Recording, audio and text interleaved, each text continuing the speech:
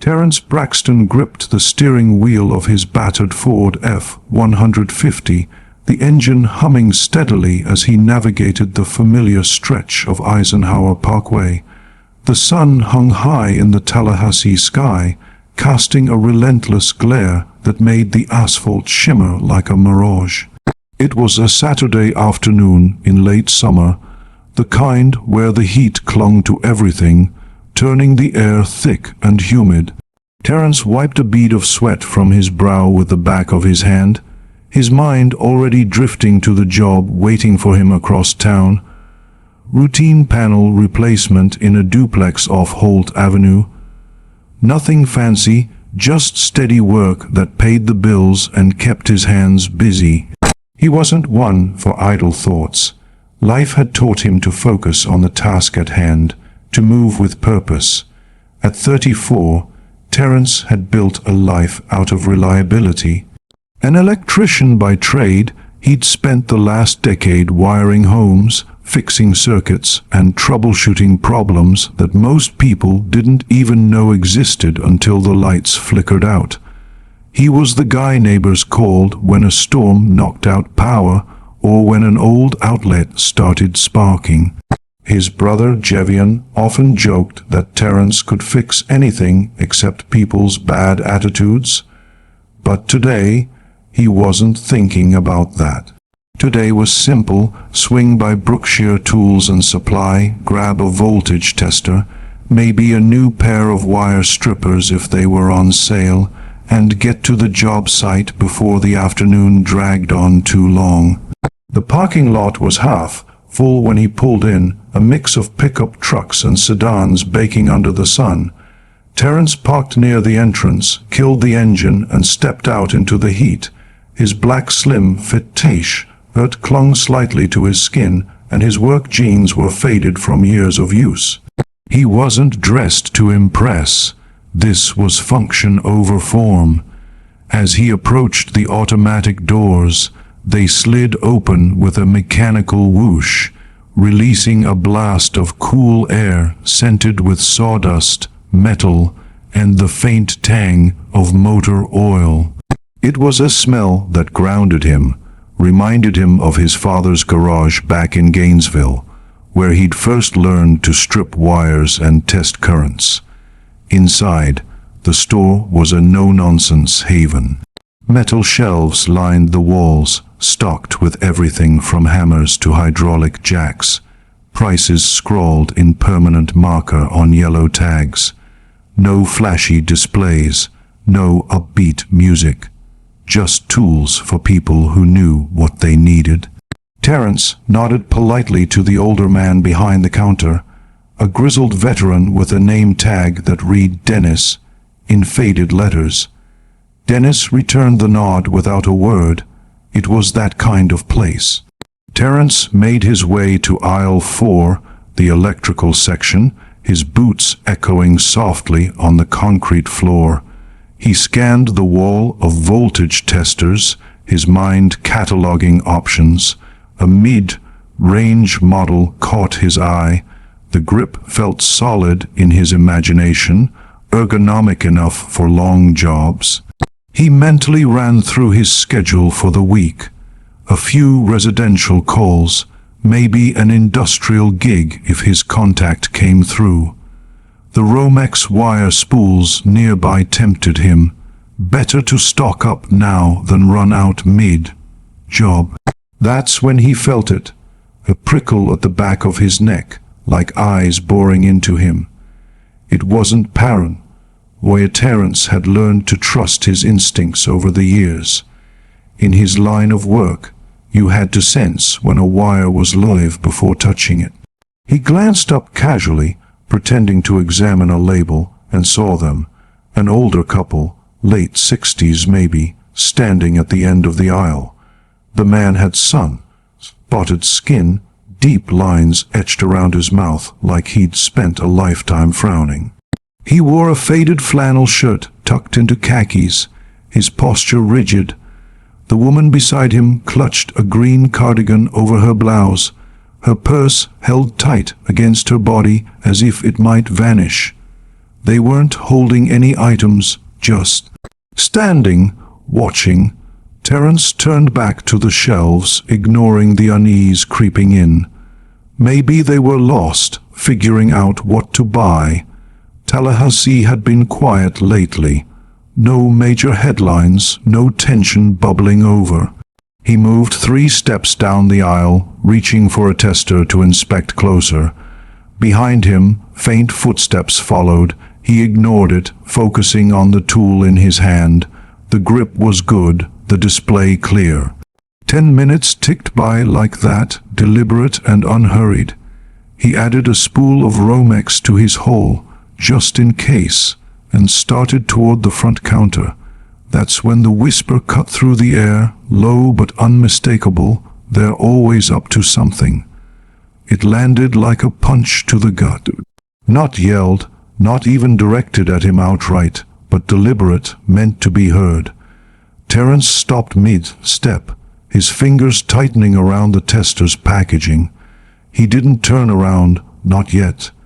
His heart rate ticked up, but he forced his breathing to stay even. He knew this dance all too well.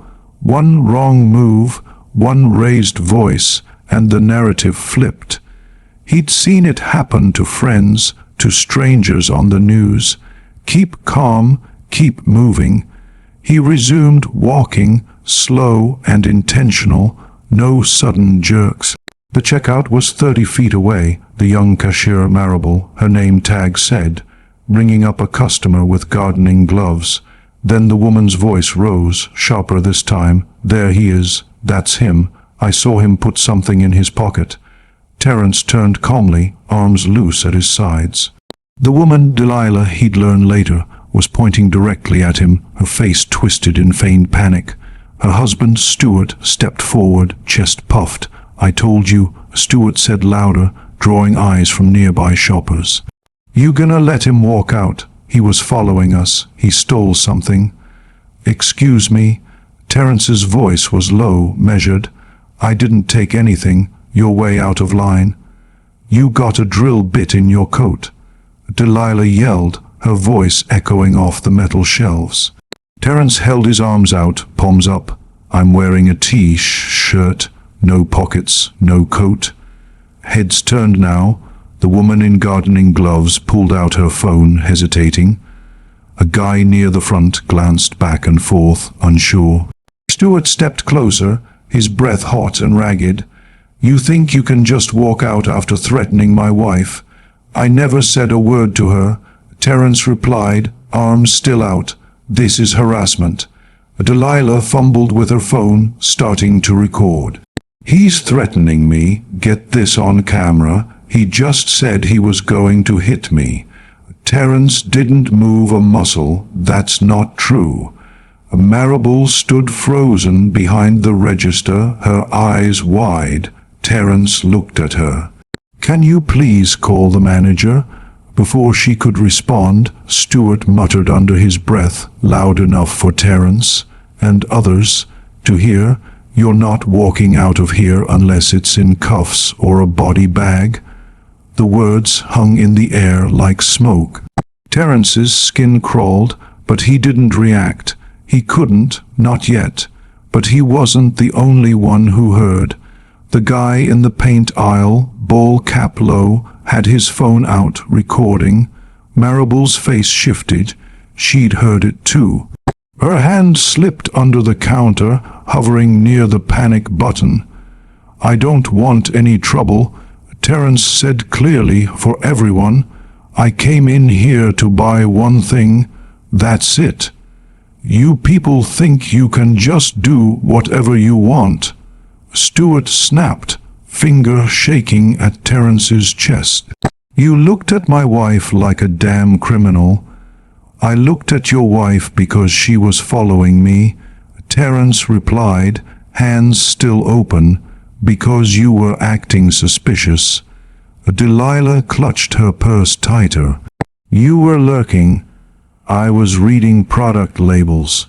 Terence pointed to his clothes. You think I stole a drill bit. That's what this is about. You did steal it. I saw you with my own eyes. You slipped it in your pocket. A slim, fit black tee, no jacket, no hoodie, no pockets, nothing. Terence's voice stayed steady, but inside the pressure built. This wasn't just an accusation, it was a setup, the kind that could end badly if the wrong person believed it. The paint aisle guy spoke up. I've been standing here since you two came in. He didn't take anything. Delilah's face twisted. Mind your own business. Nah, the guy said firmly. This is my business now. Terence met his eyes briefly. Nod of solidarity in the chaos. Another shopper, a woman with silver braids and an apron dusted in sawdust, crossed her arms. She's lying. I heard her switch the story twice already. Delilah turned red. This is a private matter. You made it public when you started screaming in a store, the woman replied. And I don't like liars. Stuart's face purpled. Everyone always wants to gang up when we speak the truth.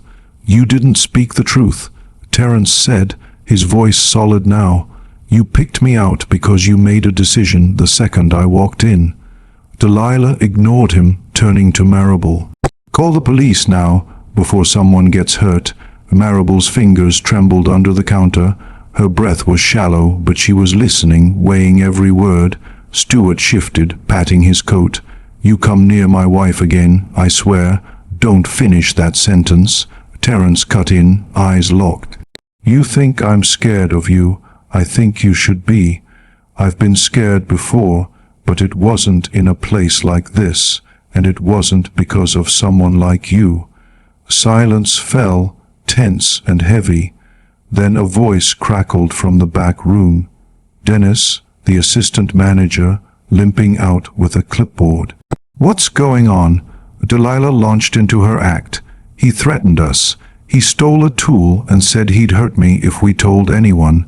Dennis looked at Terence, then the filming customers, then Stuart. Sir, did you just threaten someone in this store? He's dangerous. Delilah screamed. Dennis didn't blink.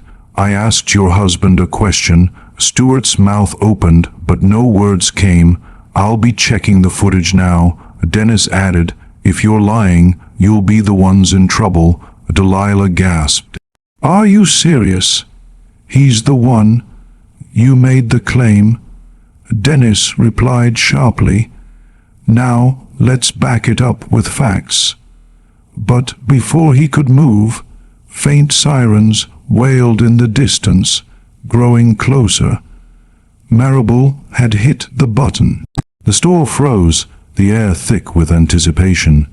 Terence stepped back slightly, calculating. He knew how these moments could twist. One flinch, and the story changed forever. Delilah turned frantic. I'm telling you, he's dangerous. He followed us. Marable wasn't frozen anymore. She was watching, scared but not of him. Delilah barked at the ball-cap guy. I don't want to be recorded. That's illegal. No, it's not. He replied, phone steady. Not in a public business. Not when you're threatening somebody. I am not threatening anyone. She screamed. Stuart's hand lingered near his coat pocket. Terence clocked it. What's in your jacket? None of your business. Stuart snapped. You said I wasn't walking out unless in cuffs or a body bag. You better mean that metaphorically. Dennis stepped in. Sir, I'm going to ask you clearly. Do you have a weapon on you? Delilah snapped. Don't answer that, Stuart. Dennis held up a hand. You can refuse, but we have cameras covering every angle. And witnesses. I don't need to answer anything to you. Stuart growled. Terence let the silence sit, then spoke. You tried to provoke me, scare me. When that didn't work, you flipped the story, played victim, but you've got a problem. Oh yeah. You forgot people are watching now. People got phones. People got eyes, and this time you picked the wrong guy. Delilah's voice cracked. Why don't you just leave if you're so innocent? Because I came here to shop, same as you. I'm not walking out just because you feel uncomfortable. That's your burden, not mine. Marable moved from behind the counter, whispering to Dennis. The sirens were outside now, tires screeching, doors slamming. 2 police officers entered, one hand near his belt, the other on his radio. Marable raised her hand. I hit the panic button. It's not what it looks like. The officers slowed. What happened? Delilah jumped in, pointing. That man, he threatened us, followed us, and I think he has something hidden on him. I don't have anything, Terence said, arms up. Check me, check the cameras, ask anyone. The officer turned to the crowd. Anyone see what happened? A ball-cap guy. I've got it on video. He didn't do a thing. They followed him, provoked him, she screamed. He stayed calm. Silver Braids woman, she called him a thief, then threatened him when he asked her to back off. Delilah's mouth fell open. You're taking his side? No, I'm telling the truth. Dennis, we can show the footage. This man didn't do anything, but the older gentleman made a threatening statement. The officer nodded. Let's review it. Delilah kept talking as they led Stewart toward the back. You'll regret this, Stewart said to Terence. Terence stared, jaw clenched. The second officer questioned Delilah. I'm the one who felt threatened. He kept circling us. I never moved toward them, Terence said. They followed me. I stayed in aisle 4 for 10 minutes. Why would we follow you? She spat. You tell me. Dennis, multiple angles. I was about to pull it up. The officer to Terence. Stay put while we check. I'm not going anywhere. The Silver Braids woman touched his elbow. We saw it all, sugar. You handled yourself right. Thank you. Delilah snapped at the officer. Why are you treating me like the criminal? I'm a woman. I was scared. We're gathering facts. Several people say the same thing, including your husband making a threat.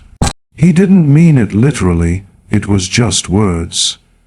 It's not just words when he's reaching for his coat. A ball-cap guy muttered. Delilah changed tone. We didn't mean to cause a scene. Maybe we misunderstood. He looked at us a certain way. Things got out of hand. So now he didn't threaten you. I don't know. It was fast. Marable stepped forward. He didn't threaten her. I was here. He was calm. She was shouting. You're just taking his side. No, I'm saying what I saw. Delilah looked around. No one in her corner? Terence placed the tester on the counter. If it's all right, I'd still like to buy this. Marable rang it up, whispering, I'm sorry they did that to you. You did the right thing. Dennis reappeared. Footage lines up. They followed him, nothing on him. The man said what they claimed. The officer will bring them both in. Delilah, wait, what? I didn't do anything. You made a false claim. He made a threat. You can't arrest me for being scared. No, but for filing a false report, on camera. Delilah dropped her purse and bolted for the door. The automatic doors of Brookshear Tools and Supply hissed shut behind Delilah's fleeing figure, her footsteps echoing in the parking lot like the frantic beat of a drum. The air inside the store seemed to collapse inward, heavy with the absence of her voice, which had dominated the space only moments ago. Terence Braxton stood near the exit, the voltage tester still clutched in his hand, its plastic packaging crinkling slightly under his tightening grip. He hadn't moved since the officer sprinted after Delilah, and though his face remained calm, his pulse thrummed in his ears, a reminder that the danger wasn't fully gone. The store was quiet now, but it wasn't the kind of quiet that brought peace. It was the kind that followed a storm when the wreckage is still settling. Marable, the young cashier, stood behind the counter, her hands gripping its edge so tightly her knuckles paled. Her eyes flicked toward the door, then back to Terence, wide with a mix of fear and resolve. The man in the ball cap, Harlan, Terence would later learn, stood a few feet away, his phone still in hand, the screen glowing faintly with the video he'd captured. The woman with silver braids, whose name remained unknown for now, crossed her arms tightly, her gaze fixed on the spot where Delilah had vanished. Dennis, the assistant manager, rubbed his temple, muttering something under his breath about 30 years in retail and never seeing anything like this. "Damn," Harlan said, breaking the silence. "She really thought she could just run." Terence didn't respond. His eyes were on the parking lot, where the officer had caught up to Delilah near a black SUV. She was waving her arms, her voice shrill but too distant to make out. The officer's posture was firm, one hand on her arm, not aggressive, just steady, as he guided her back toward the patrol car. Terence's stomach churned. He'd seen this before, not in person, but in stories, in videos, in the whispered warnings his mother used to give him as a teenager. Keep your hands visible. Don't raise your voice. Don't give them a reason. He'd followed those rules today, every single one, and yet here he was, standing in a hardware store with his heart pounding like he'd just dodged a bullet. Maybe he had. "You all right?" Harlan asked, stepping closer. His voice was low, careful, like he knew the question might not have an answer. Terence exhaled slowly, his shoulders loosening just a fraction. "I don't know. I think so." Harlan nodded, leaning against a nearby rack of extension cords. "That's fair. That was something else." Marable cleared her throat, her voice small but steady. "I'm sorry. I didn't know what to do at first, but when he said that about the cuffs or the body bag, I hit the button." "You did the right thing," Terence said, meeting her eyes. "That probably stopped this from getting worse." She nodded, her lips pressing into a thin line. It felt real, like he wasn't just talking, like he had something on him. "I thought the same," Terence admitted. "That's why I kept my hands out. I've seen how this goes. One wrong move and it's a different story." Dennis stepped over, his limp more pronounced now, like the weight of the moment had settled into his bones. "You kept your cool, man. A lot of folks wouldn't have." Terence didn't answer right away. He glanced out the window again, where the second patrol car had just pulled up, lights flashing but sirens off. The officer who'd stayed behind was talking to his partner, their voices low and clipped. Delilah was in the back of the first cruiser now, her head bowed, hands in her lap. Stewart was nowhere in sight, still in the back office, Terence assumed, where the footage was being reviewed. "Cool don't mean I wasn't scared," Terence said finally. "I've got a niece same age as her."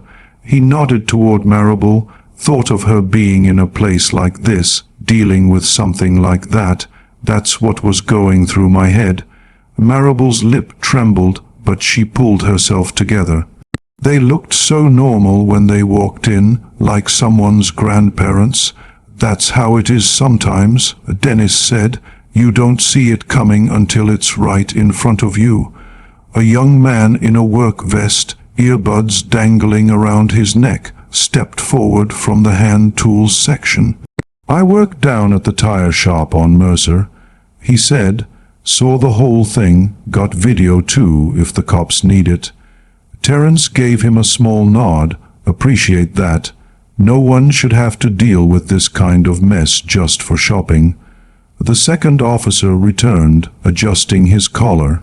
"She's in the car," he said to his partner. "Didn't want cuffs in public, but we'll book her just the same." The first officer nodded. "Thanks. They'll process the report and forward everything to the DA." Terence's gaze drifted back to the parking lot.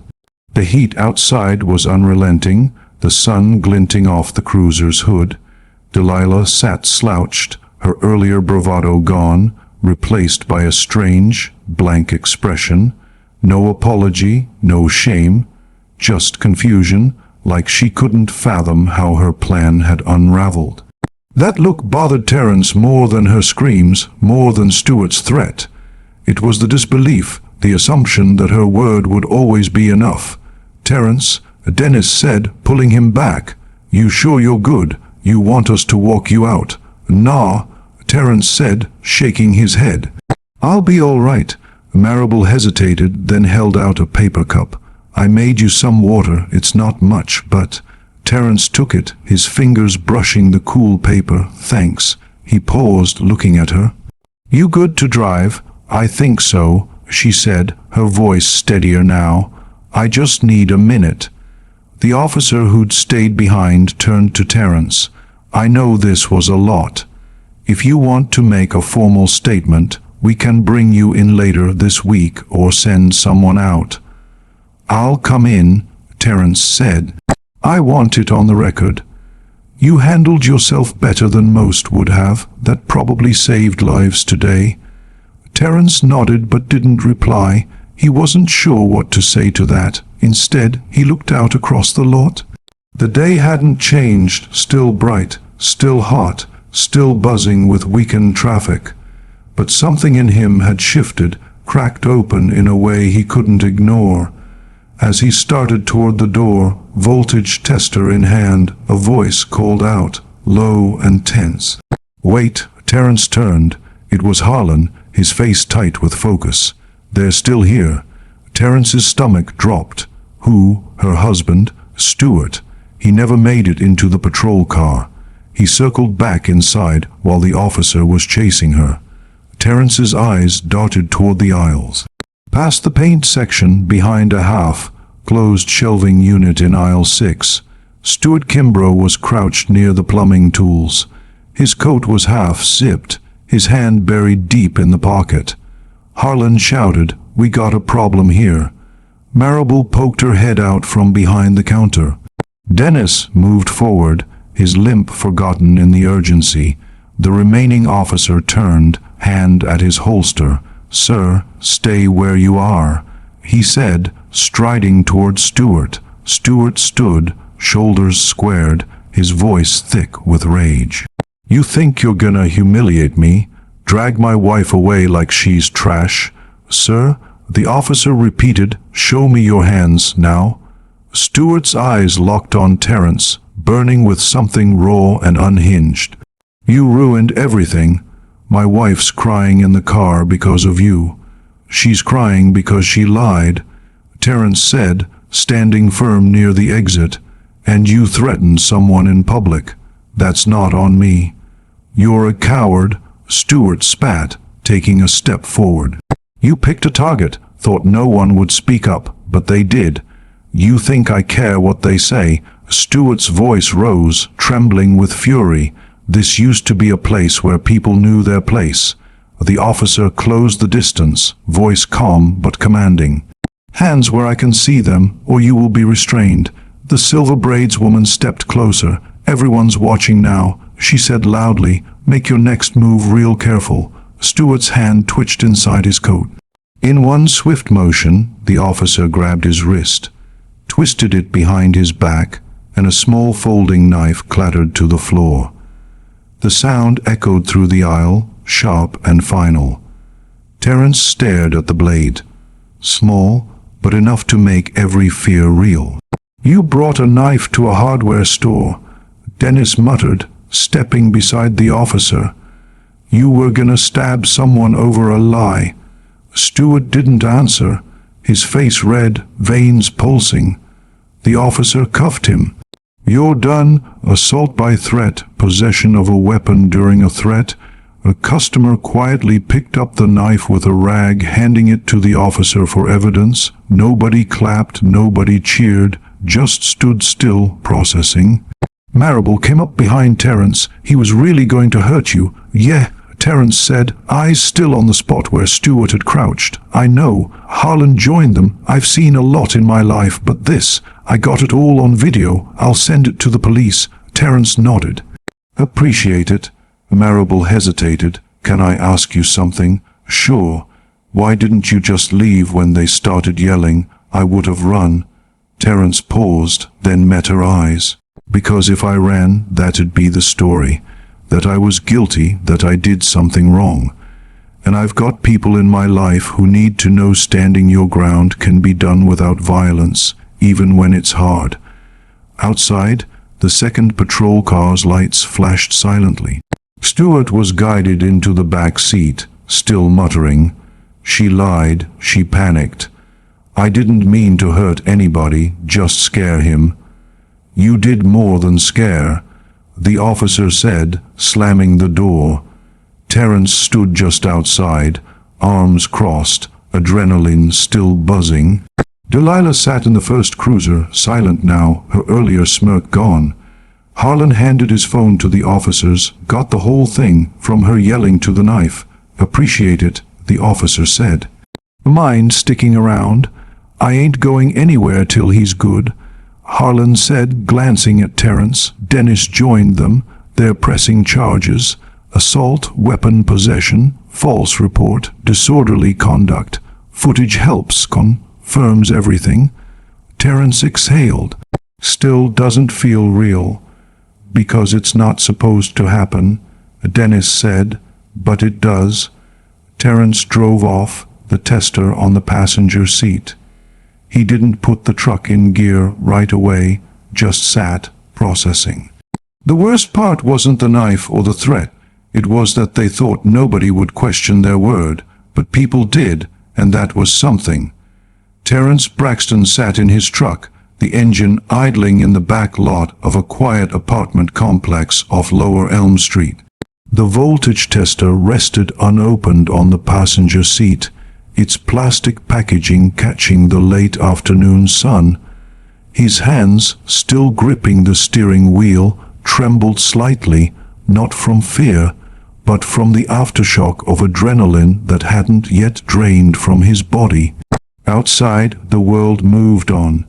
A dog barked in the distance, kids laughed a few blocks over, and the hum of weekend traffic buzzed along Eisenhower Parkway.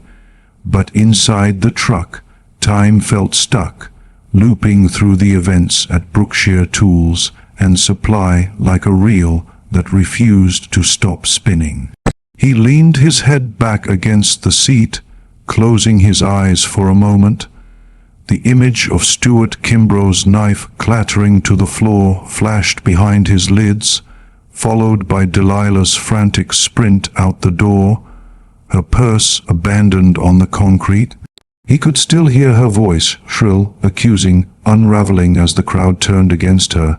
And then there was Marable, the young cashier, her hands shaking as she pressed the panic button, her voice steadying when she spoke up. Harlan, the man in the ball cap, with his phone out, capturing every second, the woman with silver braids, calling out Delilah's lies without hesitation. They'd all seen it, all stood up. That was what kept him grounded now, even as his chest tightened with the weight of what might have been. His phone buzzed in his pocket, pulling him back. A text from his brother, Jevian. You good? Saw some stuff on Facebook about a guy at a hardware store. Looked like you. Terence stared at the screen, his thumb hovering over the reply button. He didn't want to type it out.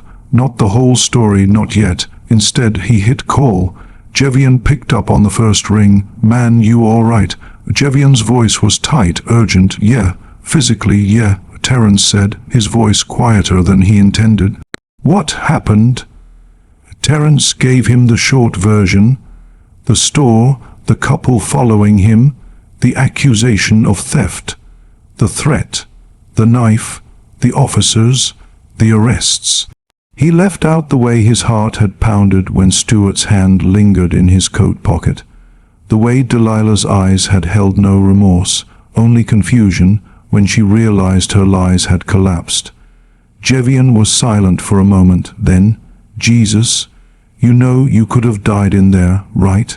I know. You didn't even do anything. I know that too. Another silence stretched between them, the kind that only brothers could share.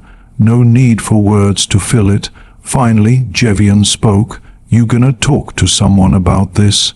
Terence stared at his reflection in the dashboard's dark screen. I don't know, man. Maybe. You need to. This stuff doesn't just slide off. You carry it. "Yeah," Terence exhaled. "Can I come up this weekend?" "Yeah, I'd like that." They didn't say much else. Sometimes that was enough. Terence set the phone down and opened his social media for the first time that day. He didn't post often. His accounts were mostly for job leads and family updates. But something made him scroll. And there it was. A local news outlet had posted screenshots from the store's security footage and clips from Harlan's phone. The headline read, "Man harassed, threatened in local hardware store. Customer footage saves the day." Below, comments poured in, some angry, some supportive, some just ignorant noise. He tapped the video and his own voice came through, calm and clear, followed by Delilah's screams, Stuart's muttered threat, and the officer's firm commands. It was all there, raw and undeniable. He didn't know whether to feel relief or anger, so he felt both. Then he thought of Marable, her wide eyes and trembling voice as she stood up for him. He opened Instagram, found her public account, and typed a message. "Thank you for what you did today." "You didn't have to, but you did.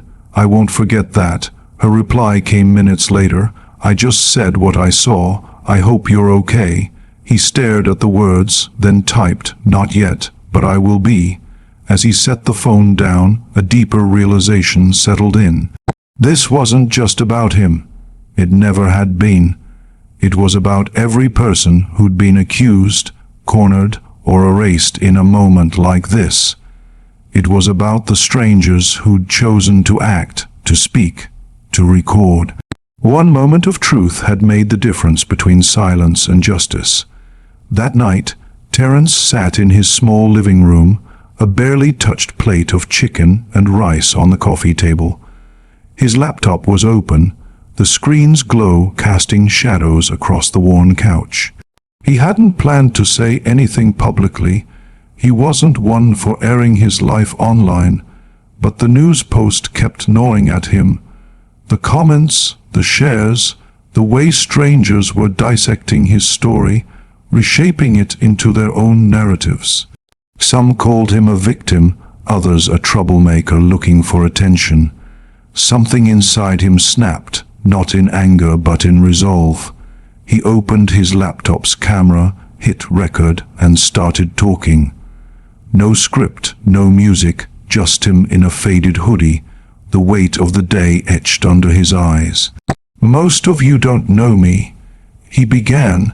"My name's Terence Braxton. I'm 34, an electrician. Yesterday, I went to a hardware store in Macon to grab a voltage tester. Simple as that." He paused, letting the silence carry weight. "And I left that store knowing I almost didn't walk out at all." He spoke plainly, no embellishment, just the truth. Stuart and Delilah following him, accusing him, threatening him, the knife, the strangers who stepped up, Marable, Harlan, the woman with silver braids. "I'm not sharing this for sympathy," he said, leaning forward, arms on his knees. "I'm sharing it because this happens more than people want to admit, and too often it ends differently. We've seen those stories, we say the names, we light candles, then the world moves on." His voice hardened, not with anger but with clarity. "But this time I'm still here because people paid attention, because someone hit a button, because someone recorded, because someone cared enough to tell the truth." The video was 6 minutes long. He didn't edit it, just posted it to Facebook and linked it to his barely used YouTube account. Then he closed the laptop and walked away, not expecting anything to come of it. By morning, it had 12,000 views. By afternoon, nearly 300,000. Shares came from local activists, community leaders, even a few public figures who'd never have known his name otherwise. The comments flooded in people who'd been in similar situations, who'd stayed quiet when they shouldn't have, who said his story made them want to do better. Terence sat on his porch that evening, his niece's voice on speakerphone as she chatted about her day at school. Jevian had kept the video from her, but Terence knew she'd see it eventually. When she did, he'd tell her the truth, why it mattered, why staying calm wasn't weakness, why speaking up, even when your voice shakes, is the bravest thing you can do. He'd tell her it was scary, and it was worth it. The weight of the day hadn't lifted, but it had shifted. It wasn't just his burden anymore. It was shared, carried by Marable's courage, Harlan's footage, the silver-braided woman's defiance. It was carried by every person who watched that video and decided to pay attention.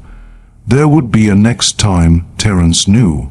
But if enough people stood up, spoke up, refused to stay silent, maybe the next time would end like this too, with the truth out in the open, undeniable, and enough to make a difference.